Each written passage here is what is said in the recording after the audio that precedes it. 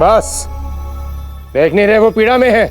रहने दीजिए पिताश्री, मैं चाहता हूँ मेरा कंधा शीघ्र ही ठीक हो जाए ताकि मैं कल ही इस युद्ध को समाप्त कर सकूं और धनानंद के उन दोनों भाइयों से अपना प्रतिशोध ले सकूं। अब तुम युद्ध में भाग नहीं लोगे, तुम्हें विश्राम की, उपचार की आवश्यकता है। किंतु तुम्हारी जुबान से मुझे शिकस्त की बू आ रही है अंबिराज। क्या ये नाउम्मीदी है? आपने सही समझा, किंतु इस नाउम्मीदी के कारण को जानने का प्रयास ही नहीं कर रहे। युद्ध के एक ही दिन में हमारी इतनी हानि पहुंच चुकी, हमारा मात्र एक भी सैनिक ऐसा नहीं है जो चोटिल ना हो। यदि एक ही दिन में हमारी इतनी हानि हो चुकी तो न जाने कल क्या होगा। क्षमा करे तक्षशिला नरेश,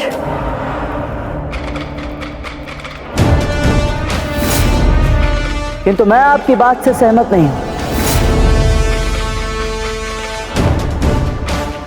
रुकना हमारा विकल्प नहीं होना चाहिए, क्योंकि इस समय युद्ध भूमि में हमारी स्थिति प्रबल है।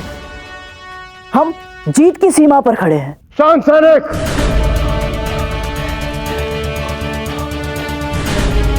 हमारा इतना दुस्साहस कि हमारी वार्ता के मध्य में तुम बोलो।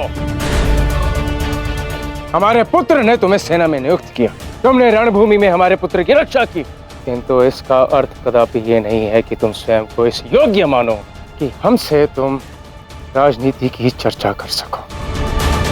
स्मरण रहे, तुम मात्र एक सैनिक हो, रणनीति के विशेषज्ञ नहीं।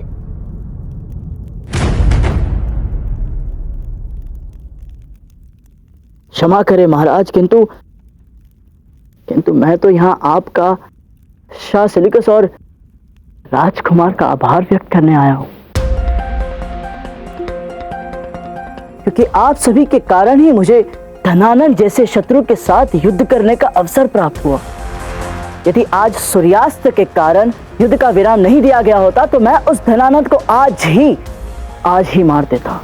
मुझे तुम्हारा जोश पसंद आया। धनानंद को मारने का जुनून देखा है मैंने तुम्हारी आंखों में। अगर तुम्हें लगता है कि ये जंग हमें हार मानकर यहीं नहीं रोकनी चाहिए तो इसकी वजह बताओ। क्या कारण स्पष्ट है।